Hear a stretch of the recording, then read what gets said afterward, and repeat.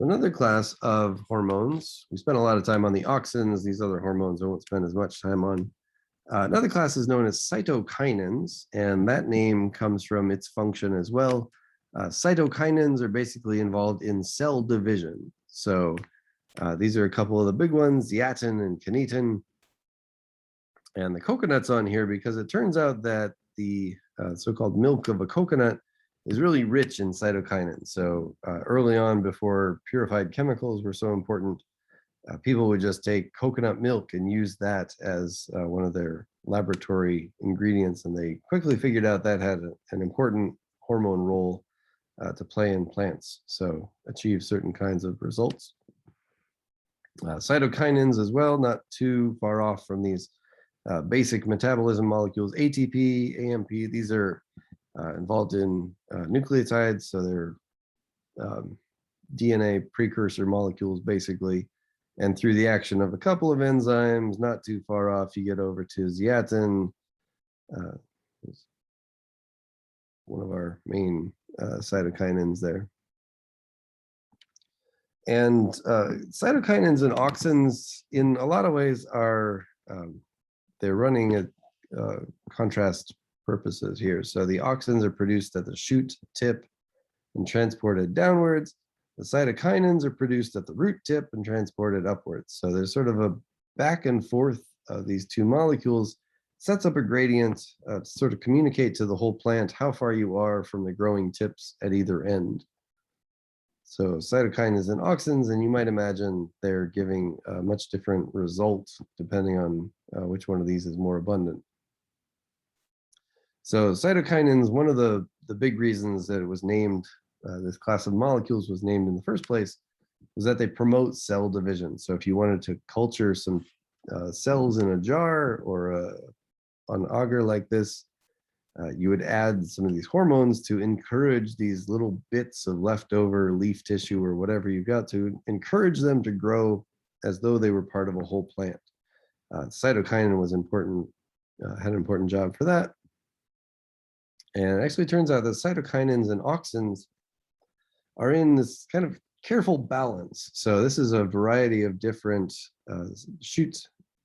tissue cultures where they've got an abundance of auxin, an abundance of cytokinin, and it's got to hit the sweet spot. Down here in the bottom middle are these tissue cultures that are generating lots of roots, and too far away in any direction from here, too little auxin, too much cytokinin. All of those are not as good as this sweet spot in the middle here. And so it's the balance of having the two hormones that are giving, again, these kind of contrasting signals.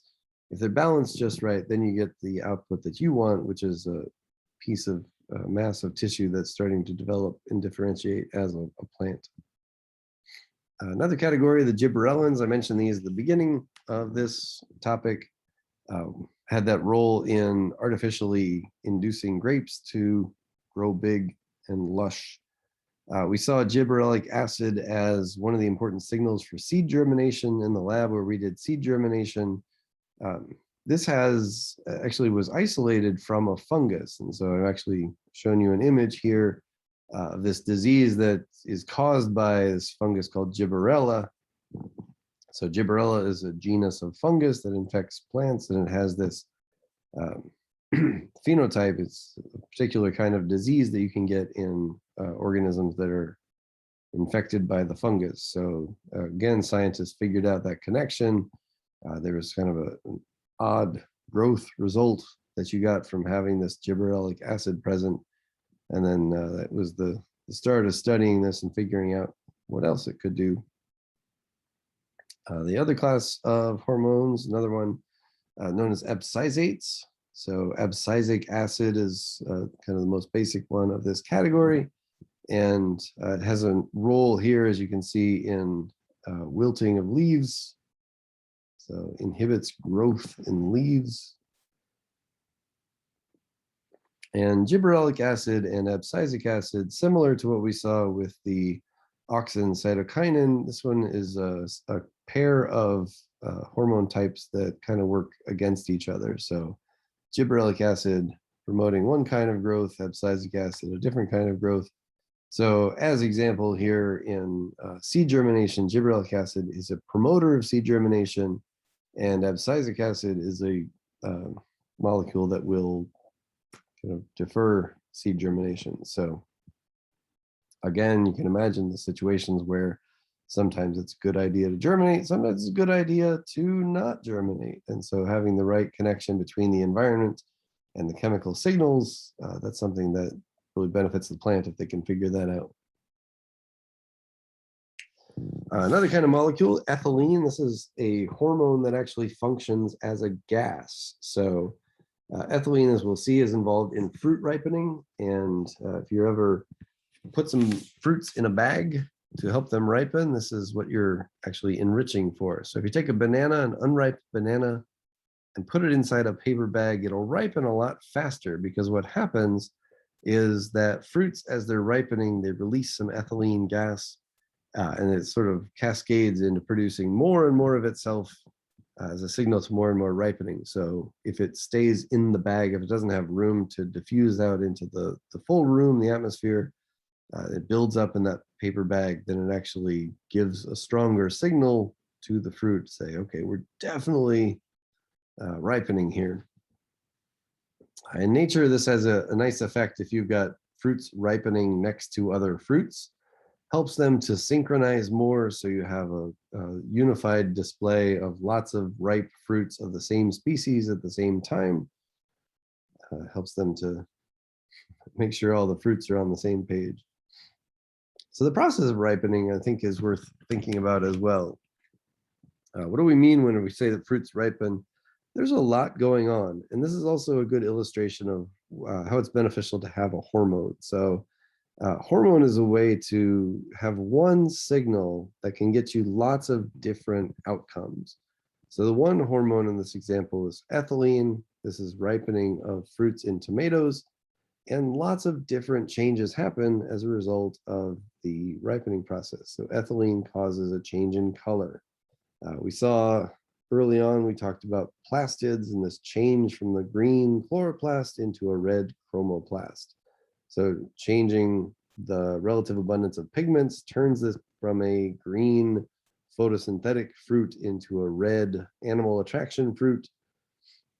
Change in the different kinds of molecules. So the plastids become different. The chlorophyll trades in and becomes, gets exchanged with lycopene. And then at the same time, so that's all in the signaling, the visual signaling to animals. And then at the same time, the sweetness changes. So the starch that's present in the green tomatoes ends up converting into sugar, these simpler molecules that are more obviously sweet in the ripe tomatoes. So lots and lots of changes happening all together, all unified. The processes are synchronized, and then the signals are also synchronized for the animals. So when you find a red tomato, you can be pretty assured that's going to be a sweet tomato, and that's no accident. So it's good signaling on the plant's part. So we talked about abscisic acid, which is actually got its name from this process known as abscission. And abscission is more under the control of ethylene. So it's a little bit confusing. The term abscission refers to cutting apart. So you might recognize some letters that are similar to scissors in there. So abscission means cutting away. And it's a process where plants, they sort of break ties with part of their organ, so it will fall off cleanly. So this is a transverse section through a stem on the left and a leaf on the right. And so this is the junction between stem and leaf. You can see the vascular trace going between the two. While that leaf was green and photosynthetic, it was very important to keep lots of water flowing to that leaf and to draw the sugars out from the leaf. But as we're heading into winter, having this leaf on here is going to become a liability. So that leaf gets kind of systematically killed off. A lot of the valuable nutrients are drawn in from that, and the plant begins to build a barrier to the outside, and it's preparing to cut ties with that leaf and say, you're going to die, but I'm going to be okay. So it puts in the red here is waxy cell wall inclusions, which will be good for sturdiness and resistance to damage from animals and fungus. Also protection against the elements. And just beyond that, really enjoy this layer here, this faint ghosty layer coming in here. This is a series of cells that are basically dying, all in a unified band throughout. And so the plant has built its barrier in this waxy, thick red zone here, and it's basically cut a moat between that part and the leaf is just going to fall off. So this process, very carefully coordinated, very important for the cells to do this. And this allows a leaf to fall off cleanly. So when you pull a leaf off of a plant, a tree or a shrub at the end of the year, it comes off pretty easily, and they come off all pretty reliably about at the same place. This is because the plant is already prepared to let them go. They're kind of broken off before they even fall. That makes them easier to fall off. That means that they don't damage the plant as they're falling off. And they don't, if you had a leaf stuck on a plant over winter, it could be a liability where it weighs the plant down, might build up snow and whatnot, make it for a heavier branch. So good idea for the plant all around to get rid of those leaves and to carefully control when and how they fall off. So the plant gets to coordinate getting back all those nutrients before it cuts ties with the leaves, and then having the leaves fall off before the winter makes them a liability. So leaves very often is where we see abscission. Also shows up in fruits. So this is an illustration, nice video of somebody picking tomatoes. And maybe you noticed on your tomatoes, highlight this one here, there's kind of this little angle and a swollen part where the angle happens. And that's also an abscission zone. So the tomato is held onto the plant, but at some point, the plant needs to get rid of this, or at least make it easy for an animal to grab that off. So if the animal has to tear the plant apart to get the fruits away, that also could be a liability for the plant. So lots of damage during the process of losing a ripe tomato. So instead, it makes it really easy for that tomato to fall off, whether when it's being pulled by an animal or maybe just on its own, just fall to the ground. That's all due to abscission in the pedicel, the branch leading to that fruit right there. All right, so abscission, here we've got a couple different hormones playing against each other. Ethylene versus auxin. Ethylene promotes abscission. Auxin is a deterrent to abscission.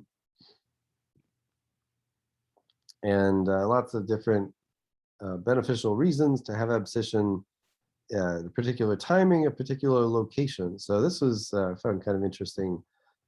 A variety of different members of the grass family. Sometimes grass fruits fall off as a fruit. Sometimes they fall off as the leaves around the fruit. Sometimes they fall off as several fruits together. And so all of that is controlled by these abscission zones, and that's what's illustrated here. So lots of different units. So one fruit at a time, several fruits together, and so on. Lots of variety here. All kinds of options are observed in different members of the grass family, and all presumably with maybe some beneficial adaptive reason for having different breaking points. So more protection, more dispersibility, who knows? So fruit abscission, leaf abscission. This was an interesting paper from a while back, 1987, that talks about the timing of dropping your leaves relative to environmental conditions. So this paper was correlating the dropping of leaves with times when the conditions got too dry. So winter is dry if you have freezing. Freezing is a lot like drying. It means that there's low water availability. Also could have these plants in desert conditions or dry season conditions where they're having the leaves is kind of a liability, and so it's a good idea for them to drop them at a certain time of year. So illustration here, this is a pine. Pines also have synchronized leaf dropping. These yellowed pine needles here are all going to drop around the same time. And we often take that for granted. We think of pines as evergreens, but they do also synchronize their leaves of a certain age to fall off together. Again, all at presumably at a beneficial time for the plant. And then if it's not down to ethylene or auxin, maybe it's down to Abscission for Plants, new fragrance by Calvin Cycle to tell your leaves when to fall off the plant.